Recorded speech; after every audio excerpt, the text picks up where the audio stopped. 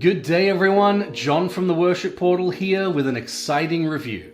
Now I usually have companies sending me smaller items like inexpensive microphones, maybe some stands here or there, but this is something that a lot of you would actually probably need in your home studios.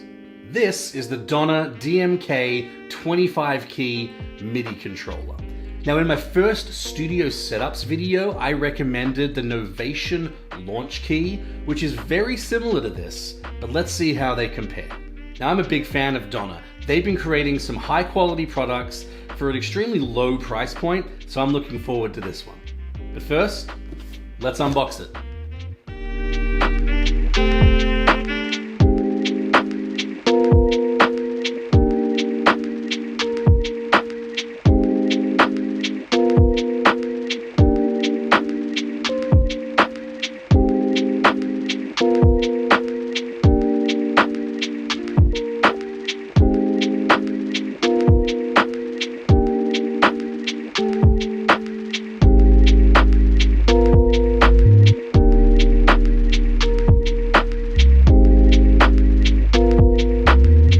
The DMK25 is a 25 key MIDI controller with 8 drum pads, 4 rotary knobs, 4 faders, playback controls, and all kinds of other functionality.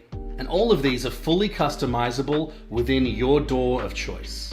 At first glance, this is what I really like. I really like the small, compact design, but also the quality of the pads, the rotary knobs, the faders, and just the general controls.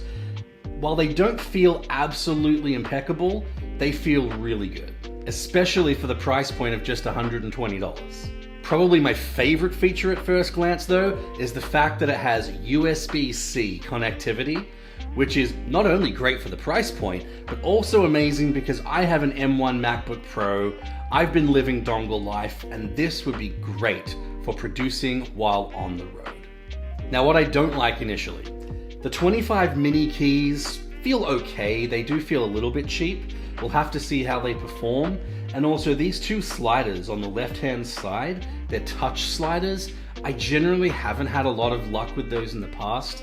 I haven't been a fan of them, but once again, we'll have to see how they work. Overall, feels very good and well equipped. Good job, Donner. I think it's time to plug this into Logic Pro 10 and see how it works.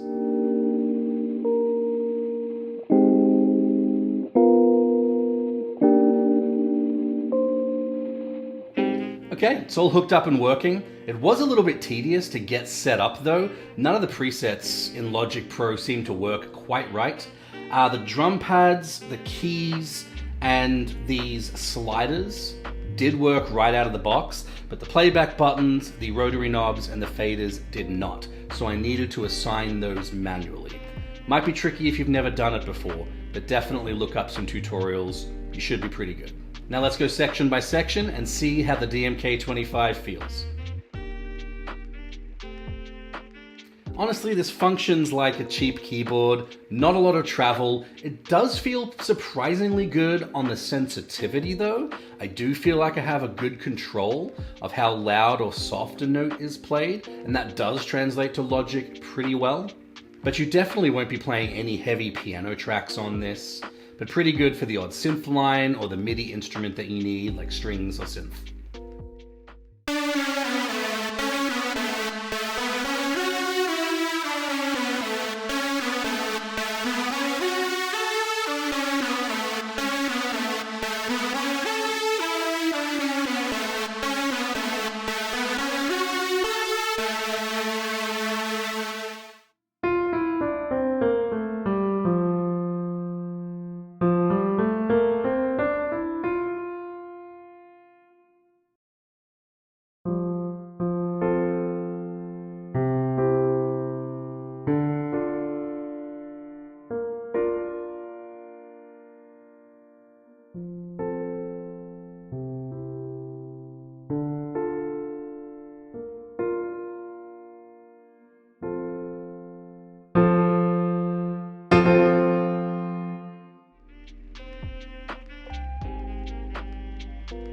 So initially I was pretty concerned about these. I've had bad luck with these touch sliders in the past, but these surprised me.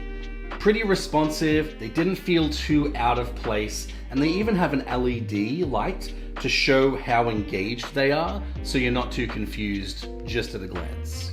I'm very surprised.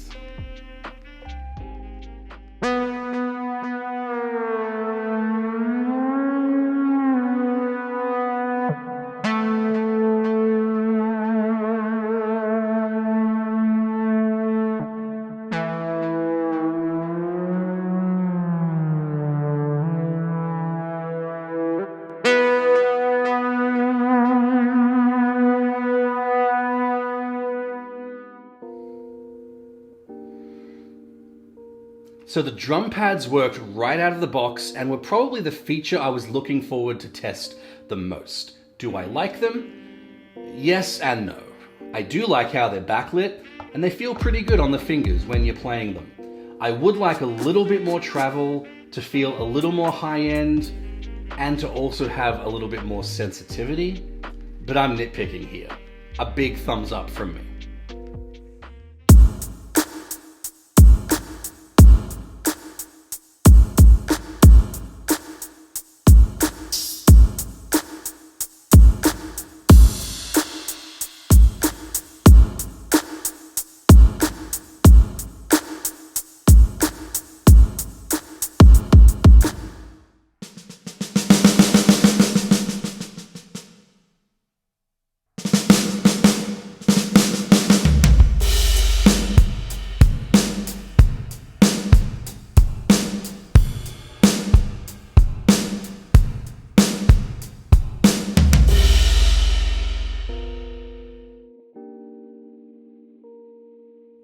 I did need to program the playback controls myself. They function as you would expect, but the benefit of that is you can customize them however you would like. For example, I don't really use the loop feature that has a dedicated button on this controller, so I set it up to turn the metronome on and off. It's those little things that you can do with a customizable MIDI controller that allow you to get the most out of your production time. So the rotary knobs are very handy to have. I have mine set up to change the softness or the hardness of the piano plugin that I use, but also to change the flange or the attack or some other features on the synth. So these are really nice to have on hand. With my workflow, I probably won't use them too much. I don't do a lot of live and on-the-fly changes during recording synth lines or whatever, but you can really make them do whatever you want, and they work great.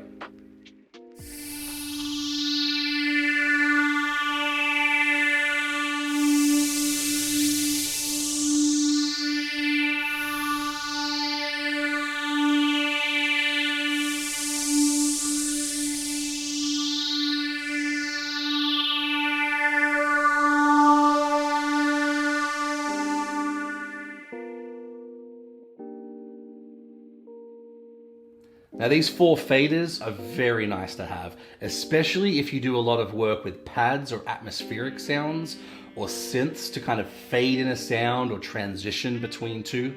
I don't do a whole lot of that, but I have a special use for mine. I have one fader to scroll through my timeline quickly so I can get exactly where I need to be. The sensitivity is pretty good and I can usually get it exactly where I want it. And the other one zooms in and out horizontally, so I can really zoom in on a track or go see the whole thing just at a quick touch of the fader. Very nice.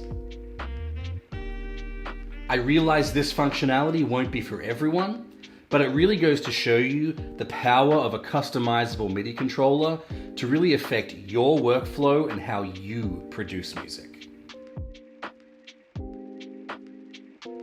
The rest of the buttons on the controller are pretty self-explanatory. You can save different banks, load them and program them. You can transpose the keyboard up and down different semitones, and you can also jump the octave just in case you need to get that super low sub bass going or you want to get some high strings. All of these buttons work directly out of the box. You don't have to program them, but you could also program them to do really whatever you want. The rear ports on this device are really simple, but like I mentioned before, the big win is USB-C connectivity. too many companies would just cheap out and throw mini USB on the back, but not Donna. Also, a sustain port is something that a lot of companies don't include on their smaller MIDI controllers, but it's really nice to see Donna thinking about their customers, us, the home studio users, and throwing in something that is very, very helpful. Overall, I'm very impressed with this MIDI controller. It seems like Donna threw as many features as they could into this product while trying to keep costs down to where us home studio enthusiasts really needed it to be. The big wins for me, USB-C, the drum pads, the rotary knobs, and the faders. Some improvements for version 2, maybe a little bit higher quality keyboard, and the setup process wasn't great, but I'm not going to ping him too much because that's not completely up to Donna. But is this better than my previous favorite, the Novation Launch Key? Yes and no. The Launch Key has 16 drum pads and 8 rotary knobs, whereas this has 8 drum pads, 4 rotary knobs, and 4 faders. So if you're going to choose between them, I think it's a simple matter of what are you going to use it for? Do you need those faders? Do you need a wider array of drum pads and rotary knobs? That's going to ultimately determine which one you choose. But I think in terms of functionality and quality, they're neck and neck. Donna, you did a great job. Finally, I just want to say that I think it's amazing what Donna and some other companies are doing by offering some really awesome products at some very inexpensive prices to those of us who run home studios. The fact that this, with all of its functionality, is $120 is just insane. I would have loved to have this when I was first getting started in my home studio 15 years ago. Do you have this controller? Do you have a different controller that you think is better? Let me know down in the comments, and I've got some links in the description for you. A big thank you to all my Patreon supporters that are continuing to push the channel forward. If you'd like to sign up for Patreon for as little as $2 a month, you can sign up in the description below. Please like, share, subscribe, and have a great day.